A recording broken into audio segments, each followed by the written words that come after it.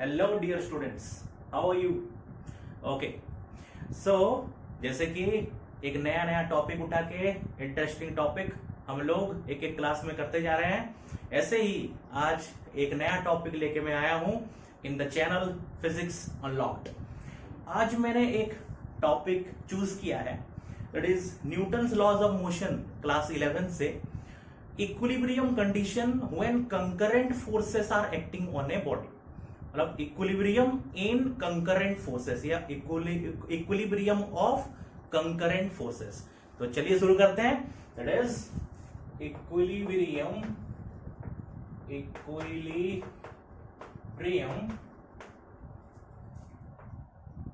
Of concurrent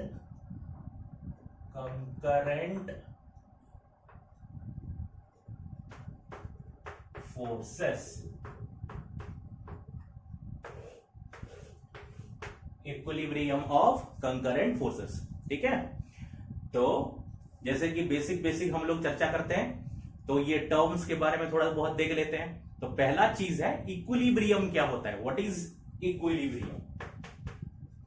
equilibrium, okay, what is equilibrium? देखो, कोई भी वस्तु है, बॉडी है, कोई भी बॉडी है, इसके ऊपर फोर्सेस लग रहा है। मान लो इधर एक फोर्स लग रहा है F1। फोर्स जानते हो, फोर्स का मैग्नीट्यूड होता है, डायरेक्शन होता है। तो फोर्स एक वेक्टर क्वांटिटी है। तो टूवर्ड्स ईस्ट, मान लो उस डायरेक्शन में, ईस्ट, नॉर्थ, साउथ, वेस्ट, ऐसे मान सकते हैं। तो फोर्स मान लो ईस्ट की तरफ लग रहा है, F1 फोर्स लग रहा है। इस तरफ लग रहा है, मान लो F2 फोर्स लग रहा है। इस तरफ मान लो F3 फोर्स लग रहा है। इस तरफ मान लो F4 फोर्स लग रहा है। इस तरफ मान लो F5 फोर्स लग रहा है। ऐसे बहुत सारा फोर्सेस एक बॉडी के ऊपर लग रहे हैं। मान लो अगर सबका वेक्टर समेशन करेंगे, if F1 vector plus F2 vector plus F3 vector plus F4 vector plus F5 vector, अगर करेंगे और रिजल्टेंट आ गया 0, अगर सारा वेक्टर का वेक्टर एडिशन करेंगे तो जो रिजल्टेंट है, रिजल्ट जो है उसका मैग्नीट्यूड अगर 0 आ गया, तो हम बोलेंगे क्या, net force is equal to 0 है। Summation of all forces is equal to 0 है। अगर summation of all forces is equal to 0 है, तो यहां से क्या हम पॉइंट ड्रॉ करेंगे? कब समेशन ऑफ ऑल फोर्सेस अगर 0 है? न्यूटन का सेकंड नियम याद करो। न्यूटन का सेकंड नियम क्या है कि समेशन ऑफ ऑल फोर्सेस बराबर mass into acceleration. Summation of all forces, all external force is equal to mass into acceleration होता है। मतलब अगर समेशन ऑफ ऑल फोर्स 0 है तो मास इनटू एक्सेलरेशन बराबर 0 आया। कभी मास तो बॉडी का 0 नहीं हो सकता, तो क्या 0 होगा? एक्सेलरेशन 0 होगा। ओके, एक्सेलरेशन 0 हो गया। तो अगर summation of net force is equal to 0, तो उसका एक्सेलरेशन बराबर हो गया 0। बहुत बढ़िया। एक्सेलरेशन 0 कब होगा? एक्सेलरेशन 0 कब होगा? दो condition, either body is in rest, अगर बॉडी रेस्ट में है, बॉडी रेस्ट में है तो इसका एक्सेलरेशन 0, या और क्या, velocity of the body is constant. अगर बॉडी अगर जा रहा है, उसका वेलोसिटी में कोई भी चेंजनेस नहीं आ रहा है, 2 मीटर पर सेकंड, 2 मीटर पर सेकंड, 2 मीटर पर सेकंड, 2 मीटर पर सेकंड, 2 मीटर पर सेकंड, 10 मीटर पर सेकंड, 10 मीटर पर सेकंड, 10 मीटर पर सेकंड, 10 मीटर पर सेकंड, 10 मीटर पर सेकंड, उसका अगर वेलोसिटी का मैग्नीट्यूड में या डायरेक्शन में अगर कोई भी चेंजनेस नहीं आ रहा है, तो हम बोलेंगे that is v is equal to constant. v is equal to constant है, दैट इज एक्सेलरेशन बराबर dv by dt, rate of change of velocity with respect to time. तो वेलोसिटी तो कांस्टेंट है, तो डिफरेंशिएशन ऑफ ए कांस्टेंट बराबर zero, मतलब net force बराबर zero. तो अगर net force acting on a body बराबर zero, that is acceleration is equal to zero, that is either the body is in rest or the body is moving with a uniform velocity, then this condition is called equilibrium। सही है। अगर net force acting on a body अगर zero हो गया तो हम बोलेंगे कि बॉडी इक्विलिब्रियम में है। बहुत बढ़िया, इक्विलिब्रियम समझ में आ गया। नेक्स्ट, कंकरेंट फोर्स क्या होता है? चलो पॉज करके राइट डाउन कर लेना, ठीक है ना। ओके, नेक्स्ट, कंकरेंट फोर्स क्या होता है? ध्यान से, कंकरेंट फोर्स, कोई कंकरेंट, कोई कंक्यूरेंट, जो भी है, मैं कंकरेंट बोलता हूं। तो कंकरेंट फोर्स क्या होता है? देखो, एक पॉइंट है, इसमें से बहुत सारा फोर्स इसके ये पॉइंट होके जा रहे हैं। मान लो कि इधर एक फोर्स जा रहा है F1, इधर एक फोर्स एक्ट हो रहा है F2, इधर एक फोर्स एक्ट हो रहा है F3, इधर एक फोर्स एक्ट हो रहा है F4। अगर point of action of the forces are common, point of action मतलब जिस पॉइंट में फोर्स एक्ट कर रहा है, अगर वो कॉमन है for the forces, then these forces are called concurrent force या कंकरेंट फोर्स। अगर पॉइंट ऑफ एक्शन अगर कॉमन है, एक ही बॉडी में एक ही पॉइंट के थ्रू ऑल द फोर्सेस अगर एक्ट कर रहे हैं, तो हम बोलेंगे कि वो फोर्सेस कंकरेंट फोर्सेस है। सही है। ओके, नाउ कंकरेंट फोर्स आप जान गए क्या इक्विलिब्रियम कंडीशन क्या होता है ये जान गए। यहां पे एक बढ़िया सा एक कॉन्सेप्ट है, दैट इज अगर तीन कंकरेंट फोर्स अगर बॉडी के ऊपर एक्ट कर रहे हैं और बॉडी इक्विलिब्रियम में है, तो एक बढ़िया सा थ्योरम है, लेमीज थ्योरम, उसके बारे में थोड़ा सा देखते हैं। देखो ध्यान से, तो पहला आ गया लेमीज थ्योरम।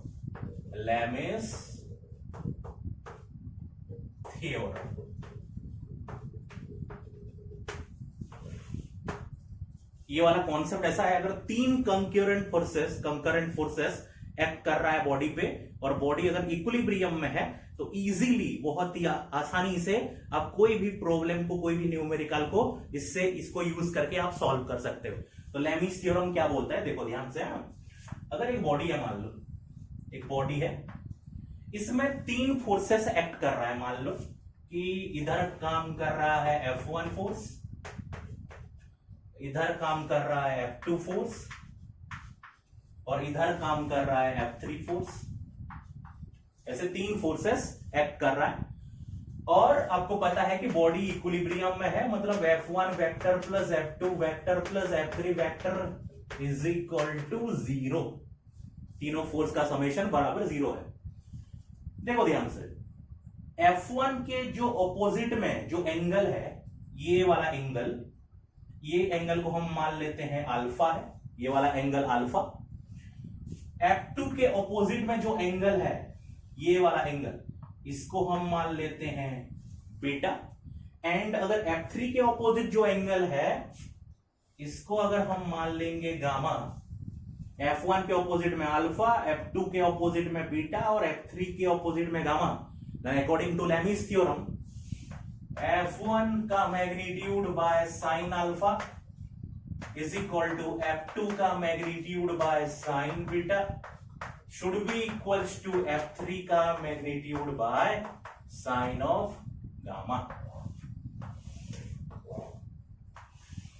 ये हो गया आपका लेमीज थ्योरम। तो अकॉर्डिंग टू लेमीज थ्योरम क्या है, if three concurrent forces are acting on a body in equilibrium, then F1 का मैग्नीट्यूड, F1 वेक्टर का magnitude by sine of alpha should be equals to F2 का magnitude by sine of beta should be equals to F3 का magnitude by sine of gamma. तो ये वाला condition को apply करके अभी हम एक दो न्यूमेरिकल सॉल्व करेंगे। और कंक्यूरेंट फोर्स का न्यूमेरिकल्स ज्यादा से ज्यादा आपको अगर देगा ना प्रॉब्लम में, आपका एंट्रांस वगैरह में या कोई भी एग्जाम में आया, तो मेनली 3 फोर्सेस का प्रॉब्लम ज्यादातर देखा जाता है। ऐसा नहीं बोल रहा हूं कि 3 से ज्यादा फोर्सेस नहीं देगा, लेकिन ज्यादातर मैक्सिमम केसेस में देखा गया है कि 3 फोर्सेस का आता है। और 3 फोर्सेस का आया तो ये वाला फॉर्मूला लगा के फटाफट हम लोग सॉल्व कर सकते हैं। तो एक दो न्यूमेरिकल देख लेते हैं इसके ऊपर। ओके, सो ये वाला कंडीशन याद रखना, that is F1 by sine alpha is equal to F2 by sine beta is equal to F3 by sine gamma. Okay, तो पहला न्यूमेरिकल बोलता है, पहला क्वेश्चन बोलता है कि एक रोफ है, एक रोफ था। ध्यान से न्यूमेरिकल को पहले समझेंगे ध्यान से। तो बोल रहा है प्रॉब्लम नंबर 1, ओके, ध्यान से देखेंगे। मान लो छत है, छत से एक 2 मीटर का रस्सी ऐसे झूल रहा था। 2 मीटर का रस्सी ऐसे झूल रहा था। ओके, रस्सी, रोप, a rope of 2 meter is hanging from the roof. Okay, इसका लेंथ हो गया 2 मीटर, सही है। A body of 6 kg is connected to the end. A body of 6 kg, okay, 6 kg का एक बॉडी यहां पे कनेक्टेड था, सही है। A force of 50 Newton act in the middle of the rope. A force of 50 Newton acts in the middle of the rope. यहां पे act किया हॉराइजोंटली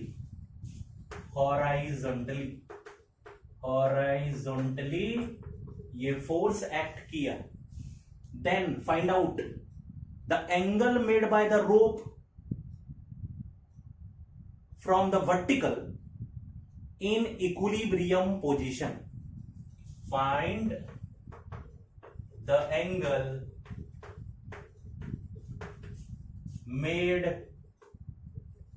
by the rope with vertical in equilibrium position. ध्यान से और एक बार question, छत के ऊपर से 2 मीटर का रोप, 2 मीटर का रोप में 6 केजी का बॉडी कनेक्टेड, बीच में फोर्स लगा 50 न्यूटन हॉरिजॉन्टली। तो जब इक्विलिब्रियम पोजीशन आ जाएगा तो ये रोप वर्टिकल के साथ कितना एंगल बनाएगा। कंडीशन को देखो, अगर 50 न्यूटन का फोर्स ऐसे बनेगा तो आप लोग बोल सकते हो कि ये ऐसे हो जाएगा। ये छत था, ये आपका रस्सी था, मान लो ये 1 मीटर ऐसे था, सीधा था। लेकिन जब फोर्स लगेगा तो ये रस्सी ऐसे हो जाएगा इक्विलिब्रियम पोजीशन में,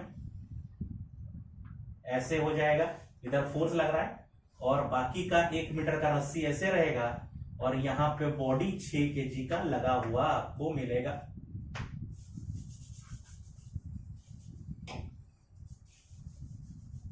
ओके, ये रस्सी है, रस्सी 50 न्यूटन। ऑब्वियस सी बात है, थोड़ा सा दिमाग लगाएंगे तो रस्सी के ऊपर 50 न्यूटन का फोर्स ऐसे लगाएंगे तो ऑब्वियसली ये रस्सी ऐसे टेढ़ा हो जाएगा। देखो ऐसे था, ऐसे टेढ़ा हो जाएगा। लेकिन ऐसे टेढ़ा हुआ, लेकिन जो 1 मीटर का जो नीचे का पार्ट है वैसे हैंगिंग करता हुआ मिलेगा, इस तरह रहेगा। तो वर्टिकल के साथ मतलब ये हो गया आपका वर्टिकल, ये हो गया वर्टिकल के साथ कितना एंगल बना रहा है, थीटा एंगल बना रहा है, बिल्कुल थीटा एंगल बना रहा है, सही है। और ये थीटा का वैल्यू हमको जानना है, ये थीटा का वैल्यू जानना है। कैसे करेंगे ध्यान से। हाँ, ये पॉइंट को हम चूज करते हैं, कॉमन पॉइंट है, अच्छा ये रस्सी है, रस्सी में क्या लग रहा होगा, टेंशन। यहां पे मैं बताया था कांटेक्ट पॉइंट से दूर की तरफ, कांटेक्ट पॉइंट से दूर की तरफ ऐसे लग रहा होगा टेंशन, बिल्कुल टेंशन इन द रोप लग रहा होगा। यहां से इधर देखेंगे तो ये 6 kg का बॉडी है, तो इसका वेट, इसका जो वेट रहेगा वो नीचे लग रहा होगा, और इधर लग रहा है 50 न्यूटन।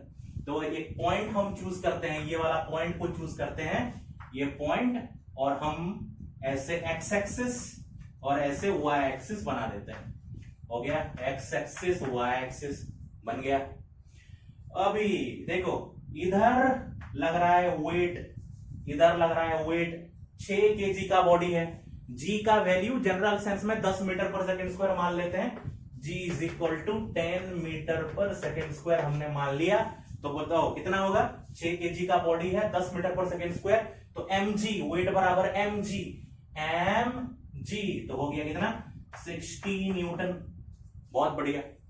इस तरफ लग रहा है आपका 50 न्यूटन, 50 न्यूटन, सही है। अगर देखो यहां पे अगर मैं ऐसे परपेंडिकुलर और एक ड्रॉ करूं, ऐसे इससे ऐसे पैरेलल ऐसे ड्रॉ करूं, ध्यान से देखो, अगर ये पैरेलल है और ये पैरेलल ड्रॉ करूं, ये एंगल अगर थीटा है, this parallel to this is cutting, तो ये वाला एंगल भी थीटा हो जाएगा।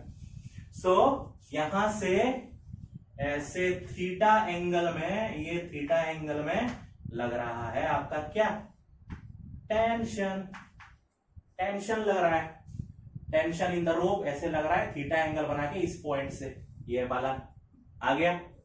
ओके, लेमिस थ्योरम पुट करो, या ऐसे जनरल सेंस में भी पुट करके कर सकते हैं। लेमिस थ्योरम पुट करते हैं, क्या है तो अच्छा, यहाँ पे 3 फोर्सेस कौन कौन है, एक हो गया टेंशन, दूसरा हो गया 50 न्यूटन, तीसरा हो गया 60 न्यूटन। तो इसको मान लो F1, इसको मान लो F2, इसको मान लो F3। ओके देखो ध्यान से, ये जो 60 न्यूटन, अच्छा T के जो ऑपोजिट में जो एंगल है, T के ऑपोजिट में जो एंगल है that is your 90 degree. T के ऑपोजिट में जो एंगल है 90 डिग्री, तो हम मान लेंगे अल्फा बराबर 90 डिग्री। बहुत बढ़िया। ऐसे ही 60 के ऑपोजिट जो एंगल है वो है 90 प्लस थीटा, 60 के ऑपोजिट में जो एंगल है वो है 90 डिग्री प्लस थीटा, तो बीटा हमने मान लिया 90 डिग्री प्लस थीटा। और इसके 50 के ऑपोजिट में जो एंगल है, ये वाला एंगल, वो हो गया कितना, ये थीटा, तो ये हो जाएगा आपका, ये थीटा तो ये हो जाएगा 90 माइनस थीटा, और ये हो जाएगा आपका 90 डिग्री। तो क्या हो जाएगा 90 plus 90 minus theta, that is 90 plus 90 minus theta, कितना होगा 180 माइनस थीटा। तो gamma is equal to 180 degree minus theta.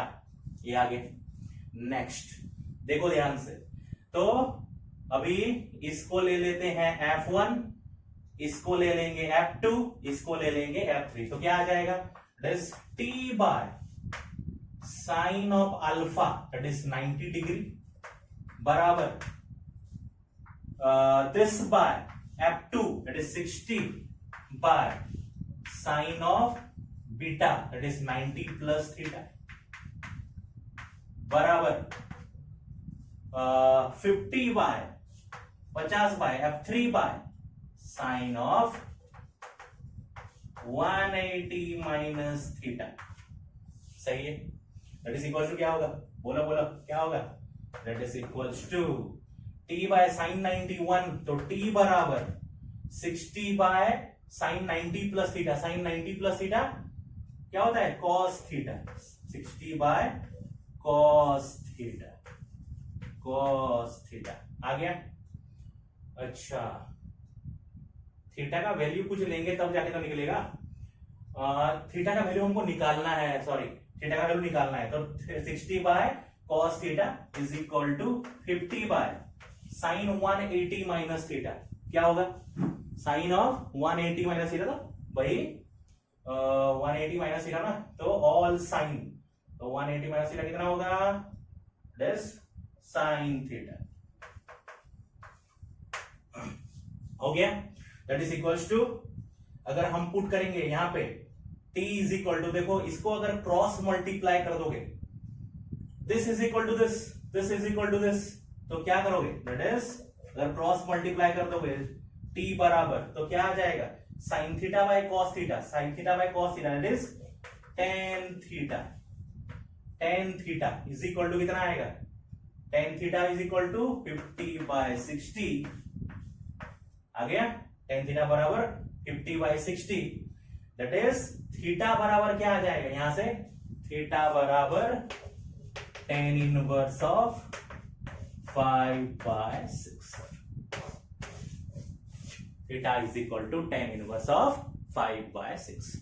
तो लेमिस थ्योरम अप्लाई करके आप थीटा का वैल्यू जान सकते हो। और एक पूरा सिंपल सा तरीका है, कैसे, लेमिस थ्योरम तो पुट किया, चलो ये मैं इतना थोड़ा सा लंबा आया, और एक तरीके में कैसे सॉल्व कर सकते हो, देखो ध्यान से, यहां पे देखो और एक डायग्राम ड्रॉ कर रहा हूं,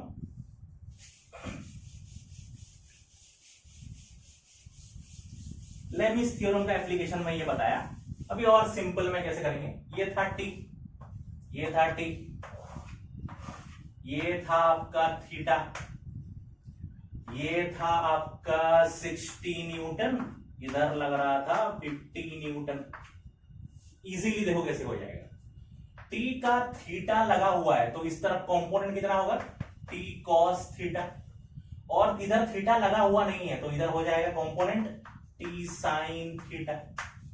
तो t को हमने रेजोल्यूशन कर दिया, दो पार्ट में डिवाइड कर दिया, that is t cos theta बराबर 60, t cos थीटा बराबर हो गया 60 न्यूटन, t sin थीटा बराबर 50 न्यूटन, t sin थीटा बराबर 50 न्यूटन, दिस बाय दिस कर दो, दिस बाय दिस, तो t कट जाएगा, sin theta by cos theta, tan theta is equal to 50/60, that is theta is equal to tan inverse of 5/6।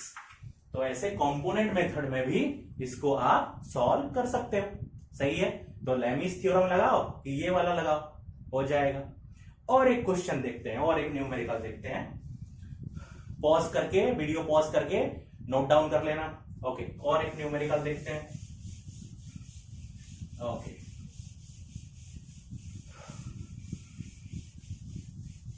बोला है ऐसे roof है, roof है, चलो सही है, एक रस्सी इधर से ऐसे आया, एक रस्सी इधर से ऐसे आया, और एक बॉडी 1 kg का है, 1 kg का एक बॉडी है, उससे जुड़ा हुआ है, ये छत है, रूफ है, ये एंगल है 30 डिग्री, ये एंगल 30 डिग्री, ये एंगल 60 डिग्री, ये एंगल 60 डिग्री, और यहां पे लगा हुआ है।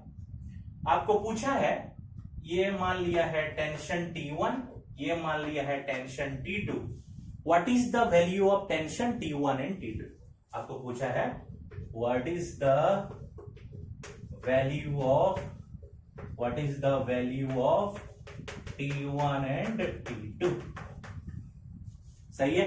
अच्छा, ये जो क्वेश्चन है ना, जो रोप ले रहे हैं, हम मान ले रहे हैं कि रोप मासलेस है, ठीक है ना, ये कंडीशन हम मान रहे हैं कि रोप मासलेस है। ओके, तो एक रस्सी छत से लगा हुआ है, 30 डिग्री एंगल बना रहा है, इधर एक रस्सी लगा हुआ है, 60 डिग्री एंगल बना रहा है, यहाँ पे टेंशन T1, यहाँ पे टेंशन T2, 1 kg का बॉडी के ऊपर लगाया गया है। तो बताओ कि टेंशन T1 और T2 कितना। भाई एक कॉमन पॉइंट चूज करते हैं, ये वाला कॉमन पॉइंट, ओके सही है।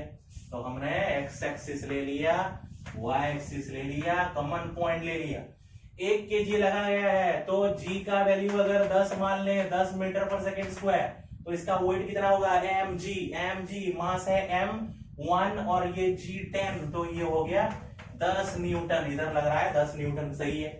अगर यहाँ पे ऐसे वर्टिकल ड्रॉ करें और ऐसे परपेंडिकुलर ड्रॉ कर दें, इस पॉइंट में ऐसे वर्टिकल एक लाइन और हॉरिजॉन्टल एक लाइन अगर ये ड्रॉ करेंगे, तो देखा जाएगा क्या, अगर ये 60 डिग्री है तो ये भी 60 डिग्री होगा, ये अगर 60 डिग्री है, ये 60 डिग्री, क्योंकि ये पैरेलल, ये और ये कट मार रहा है, तो ये 60 डिग्री, ये 60 डिग्री, तो ऑब्वियसली यहाँ पे ये 60 डिग्री बना के जाएगा T1, बहुत बढ़िया। ऐसे ही अगर ये 30 डिग्री है तो ये भी 30 डिग्री होगा, क्योंकि ये पैरेलल है ये और ये कट मार रहा है, तो ये 30 डिग्री, ये 30 डिग्री, तो यहाँ पे ये जाएगा 30 डिग्री बना के, हो गया T2। तो हमको 3 फोर्सेस मिल गया, देखो T1 T2 और ये हो गया आपका 10 न्यूटन। अभी एंगल, ऑपोजिट एंगल देख लेते हैं थोड़ा बहुत। T1 को देखा जाए तो T1 के ऑपोजिट में एंगल कितना, T1 के ऑपोजिट में ये 90, ये 30, 90 प्लस 30 120, दैट इज अल्फा बराबर 120 डिग्री। T2 के ऑपोजिट में 60 प्लस 90, 60 प्लस 90 150। T2 के ऑपोजिट में हमने मान लिया बीटा, दैट इज 150 डिग्री। और ये 10, इसके ऑपोजिट में कितना, 60 3 30 90, ये अगर 90 है तो ये भी 90 होगा, तो 10 के ऑपोजिट में 10 न्यूटन के ऑपोजिट में जो एंगल है gamma is equal to 90 degree हमने मान लिया। सही है। लेमिस थ्योरम अप्लाई करते हैं, T1 और T2 का वैल्यू निकालना है, तो Lami's theorem, applying Lami's theorem, T1 by sine alpha, that is T1 by sine of 120 degree बराबर T2 bye sine beta, T2 bye sine of 150 degree बराबर 10 bye sine gamma, 10 bye sine of 90 degree. सही है। Sign 90 बराबर 1, तो 10 आ गया, मतलब T1 by sine 120 degree कितना, sine 120 degree 0 half 1 by √2 √3 by 2 1, उसके बाद √3 by 2, that is T1 by √3 by 2 is equal to T2 by 150 कितना, कितना 1 बाय √2, कितना साइन 150 कितना आएगा, साइन 150 1 बाय 2 इज 1 बाय 2 और 10 बाय ये हो गया 10। सही है। दैट इज यहां से आ गया 2T1 bye √3 is equal to 2T2 बराबर 10 न्यूटन। तो इसके साथ इसको एक बार क्या इक्वल कर दो, इसके साथ इसको एक बार इक्वल कर दो, कितना हो जाएगा, दैट इज 2T2 बराबर 10 न्यूटन, 2T2 बराबर 10 न्यूटन, सो T2 बराबर 5 न्यूटन आ गया।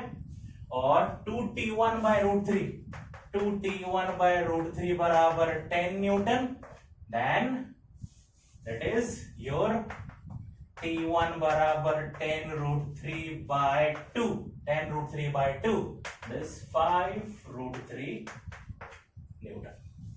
सही है। सो हमने आज क्लास में इक्विलिब्रियम ऑफ कंकरेंट फोर्सेस देखा, इक्विलिब्रियम कंडीशन क्या होता है, कंकरेंट फोर्सेस क्या होता है, लेमिस थ्योरम क्या होता है, और उसका 2 न्यूमेरिकल हमने सॉल्व किया। वीडियो के फेस बाय फेस जाना, कोई भी डाउट आया तो कमेंट सेक्शन में लिख के बताना, और लाइक शेयर और सब्सक्राइब जरूर करना। ओके, मिलते हैं एक नया टॉपिक के साथ नेक्स्ट क्लास में, तब तक थैंक यू।